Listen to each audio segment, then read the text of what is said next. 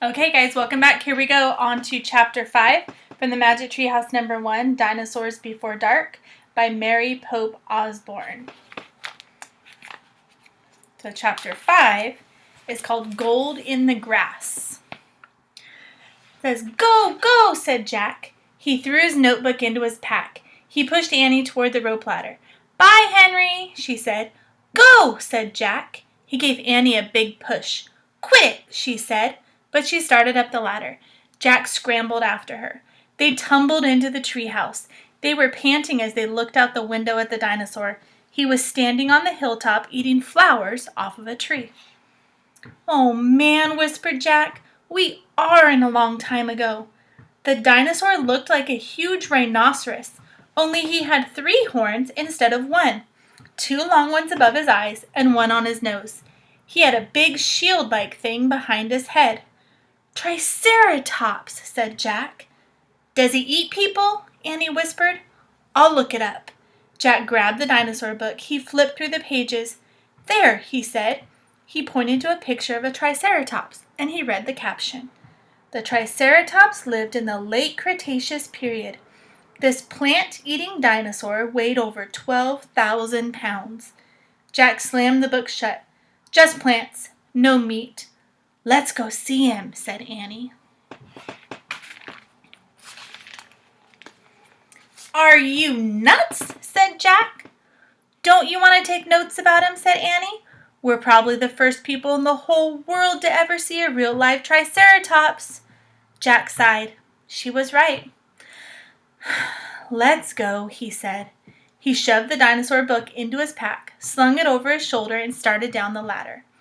On the way down, Jack stopped. He called up to Annie. "Just promise you won't pet him?" "I promise." "Promise you won't kiss him?" "I promise." "Promise you won't talk to him?" "I promise." "Promise you won't—" "Go, go," she said. Jack went. Annie followed. When they stepped off the ladder, the pteranodon gave them a kind look. Annie blew a kiss at him. "Be back soon, Henry," she said cheerfully. "Shush," said Jack, and he led the way through the ferns slowly and carefully. When he reached the bottom of the hill, he kneeled behind a fat bush. Annie knelt beside him and started to speak. "Shh!" Jack put his fingers to his lips, so Annie made a face. Jack peeked out at the Triceratops. The dinosaur was incredibly big, bigger than a truck, and he was eating flowers off a magnolia tree. Magnolias smelled really good. Jack slipped his notebook out of his pack and he wrote, "Eats flowers." Annie nudged him. Jack ignored her. He studied the Triceratops again. He wrote, "Eats slowly." Annie nudged him hard. Jack looked at her, and Annie pointed to herself, walked her fingers through the air. She pointed at the dinosaur. She smiled. As she did this, she pointed to herself. Right? Like, "I'm going to go over there. Me, I'm going to walk over there." Let's see what she does. Was she teasing? She waved at Jack. Jack started to grab her, and she laughed and jumped away. She fell into the grass in the full view of Triceratops. "Get back," Jack whispered. Too late. The big dinosaur had spotted Annie. He gazed down at her from the hilltop. Half a magnolia flower was sticking out of his mouth. "Oops," said Annie. "Get back," Jack shouted at her. "He looks nice, Jack." "Nice? Watch out for his horns, Annie." "No, he's nice, Jack." "Nice?" But the Triceratops just gazed calmly down at Annie. He turned and loped away, down the side of the hill. "Bye," said Annie. She turned back to Jack. "See?" Jack grunted, but he wrote in his notebook, "Nice." Let's see where he's writing in his notebook here. "Come on, let's go look around some more," said Annie.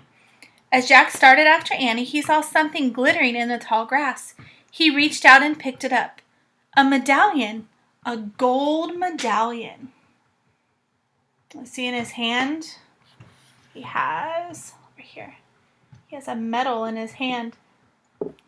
See that? Like a giant gold coin.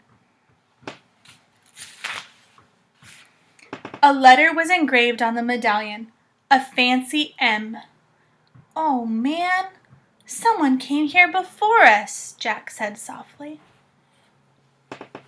Who was it? Who was there before? We don't know. We're going to have to find out in Chapter 6. But before we go to Chapter 6, we're going to answer the questions in our Dinosaurs Before Dark packet. So you're going to get out your packet. Go ahead and turn to Chapter 5. And you're going to answer the questions for Chapter 5. And then you'll come back and push play again, and we can go over the questions together to check our answers with the book. Okay? I'll see you in a little bit.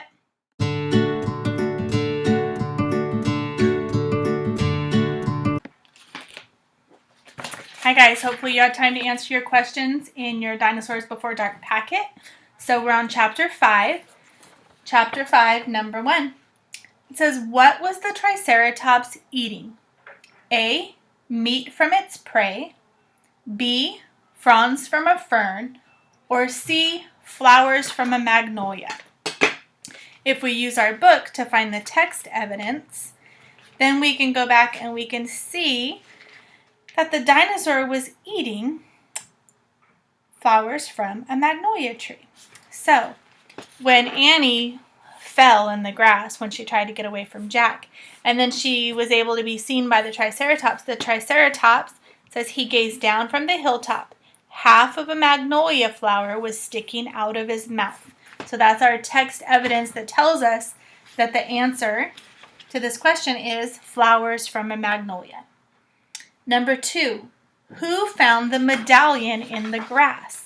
If we look back in the book, we can see when they were going after the Triceratops, the picture even shows us that Jack has a magnolia or a medallion in his hand. So Jack is the one that found the medallion.